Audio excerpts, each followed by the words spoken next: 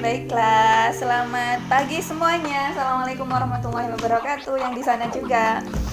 Oke, pada pagi kali ini kita akan belajar tentang bagaimana sih cara menulis cerita. Ternyata menulis cerita itu sangat mudah.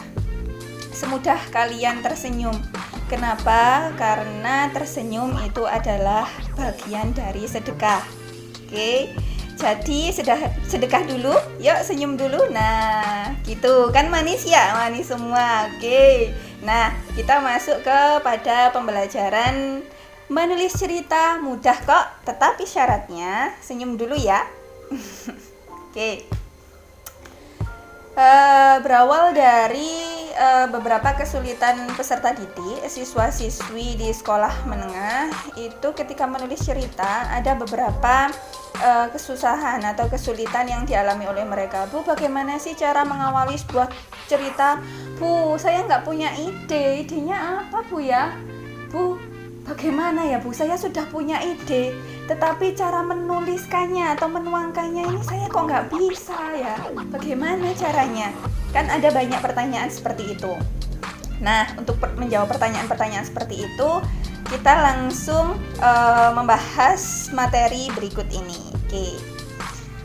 Sebenarnya menulis itu harus diawali dari mana ya? Nah, kuncinya satu. Menulis itu kalian bisa awali dari mana saja, sesuka kalian, senyaman kalian. Jadi, ketika kalian sudah nyaman, ketika kalian sudah suka, otomatis menulis itu akan lebih mudah. Jadi, alur yang akan kalian sampaikan itu akan mengalir terus. Jadi kita misalnya ngetik menulis sebuah cerita, kemudian nanti begini, nanti begini, itu sudah langsung lancar mengalir. Nah, untuk mengawalinya dari mana? Satu, bisa dari tema. Dua, bisa dari amanat. Bisa dari tokoh dan watak. Bisa dari konflik atau permasalahan yang akan kalian jadikan cerita nantinya. Jadi seperti itu. Kemudian genre apa yang akan kalian tuliskan itu adalah sesuka hati kalian. Misalnya kalian suka genre misteri, oke lah, dibuat kayak detektif Conan ceritanya. Oke, silahkan. Kalau misalnya ada kalian di antara kalian yang suka, aku suka banget sama romance. Jadi aku pengen nanti permasalahannya itu berupa ada percintaan di dalamnya. Oke, silahkan, monggo. Kemudian ada lagi yang suka, aku tuh suka banget sama film horor. Nah, salah satu untuk menuangkan ide cerita itu bisa jadi melalui film, tetapi nanti direkayasa sekreatif mungkin, ala kamu untuk kalian jadikan cerita. Sangat boleh. Nah, yang paling penting itu adalah kalian harus punya keinginan kuat untuk menulis. Jadi dari manapun kalian menuliskannya, untuk memulainya itu sangat boleh sekali. Kemudian caranya semudah tersenyum kok. Yang langkah selanjutnya apa? Langkah selanjutnya itu adalah misalnya temukan dan kembangkan tema. Yang seperti saya kasih tahu tadi, genrenya terserah sesuka hati kalian ingin menulis genre apa. Kemudian amanatnya apa? Kita garis bawahi di sini, kalau kita menulis sebuah cerita itu harus ada pesan atau amanat yang bisa diambil oleh pembaca ketika membaca cerita yang kita buat. Oke, selanjutnya kita sudah dapat tema. Temanya kan tadi terserah kalian, senyaman kalian, sesuka hati kalian. Senyaman kalian itu seperti senyaman kalian menyandar di bahu pasangan. Boleh, sangat boleh. Yang selanjutnya yaitu kembangkan alur. Kembangkan alur itu boleh regresif atau progresif, boleh maju atau mundur, dan boleh juga alur campuran, yaitu maju dan mundur. Itu terserah kalian. Nanti merangkainya sekreatif kalian. Kemudian buat klasifikasi tahapan alur. Jadi gini, ketika kalian sudah dapat ide, aku pengen buat cerita horor. Kemudian klasifikasikan tahapan alur kalian. Nanti si tokoh itu akan pengenalannya dengan tokoh B misalnya, atau dengan tokoh lain. Kemudian permasalahannya ini, kemudian klimaks atau puncak permasalahannya itu, kemudian penyelesaiannya, anti klimaksnya ini, penyelesaiannya bagaimana. Itu kalian juga harus mempunyai kerangka, mempunyai kerangka untuk menulis sebuah cerita. Walaupun kerangka itu tidak dituliskan, tetapi kalian sudah punya kerangka imajinasi yang ada di pikiran kalian. Imajinasikan cerita kalian yang akan kalian tuliskan menjadi sebuah cerita. Oke. Nah, selanjutnya untuk memulai sebuah cerita. Oke, Bu, saya sudah punya ide, saya sudah punya gambaran alur, saya punya amanat, sudah semua, Bu. Tetapi untuk mengawali sebuah tulisan itu bagaimana caranya? Oke, yang pertama untuk memulai sebuah cerita itu bisa dimulai dengan dialog atau monolog tokoh. Misalnya seperti ini. Ayo cepat naik. Tuh kalimat langsung ya. Kemudian tidak, biarkan aku sendiri. Seperti itu misalnya. Jadi itu kan di awal sebuah tulisan atau di awal sebuah cerita itu bisa dimulai dengan adanya dialog atau monolog dari seorang tokoh yang akan kalian ceritakan di cerita kalian. Boleh.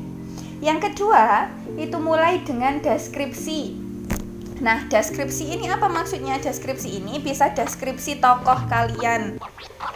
Perawakannya tinggi, kemudian kulitnya putih, rambutnya panjang, senyumnya manis. Nah, itu adalah deskripsi tokoh. Itu bisa kalian jadikan awal mula untuk mendeskripsikan tokoh.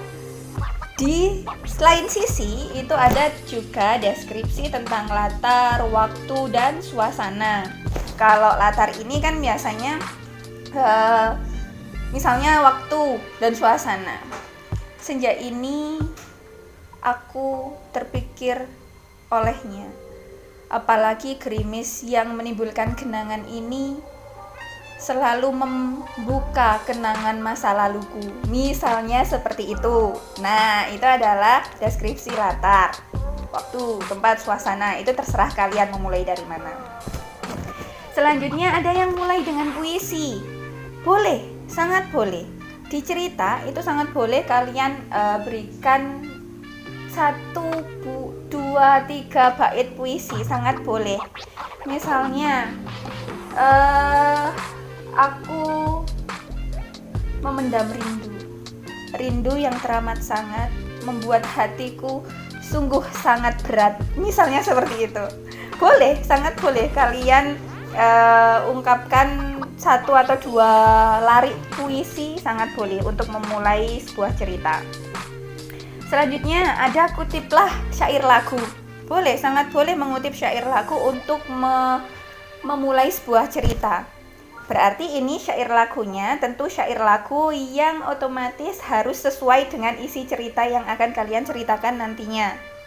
Oke, misalnya Dewa 19, kalian suka lagu apa, dan itu nanti kan bisa menjadi ide cerita juga ketika mendengarkan sebuah lagu itu. Selanjutnya ada memulai dengan jika aku menjadi. Nah, ini kalian diajak untuk berandai-andai.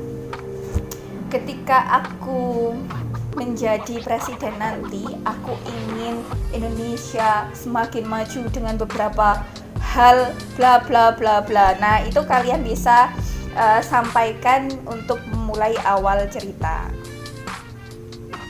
Nah, itu adalah beberapa hal yang mudah untuk mengawali sebuah cerita.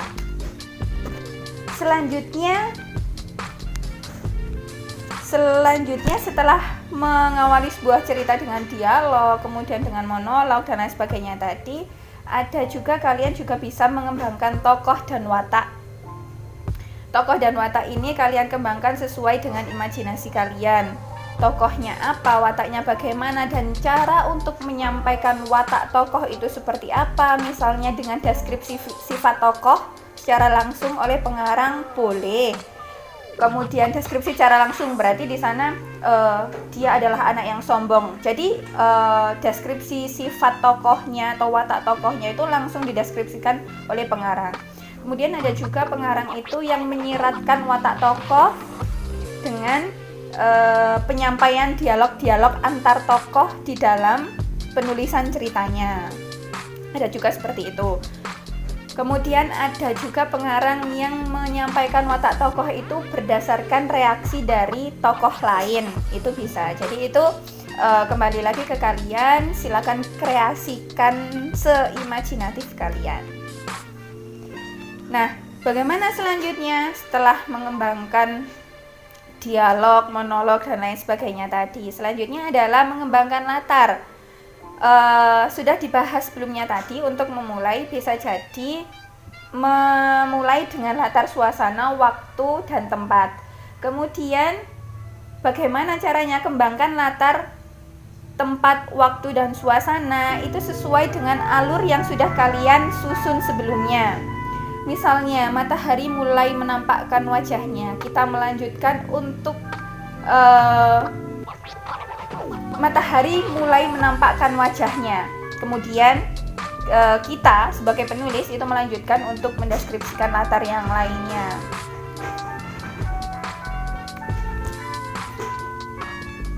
Selanjutnya ada mengembangkan sudut pandang dan gaya bahasa.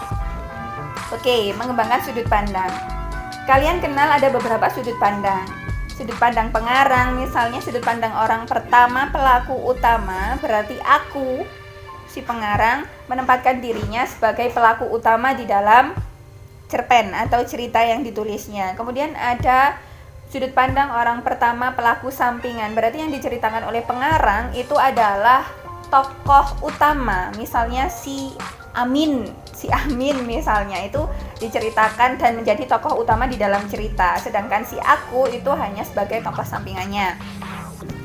Kemudian ada sudut pandang orang ketiga juga. Sudut pandang orang ketiga berarti menggunakan nama tokoh misalnya si Budi, si Ani, dan lain sebagainya. Sudut pandang orang ketiga ada serba tahu, berarti pengarang menempatkan dirinya sebagai sudut pandang orang ketiga serba tahu. Itu di dalam cerita dia mengetahui segala hal yang akan terjadi dan yang terjadi di dalam cerita.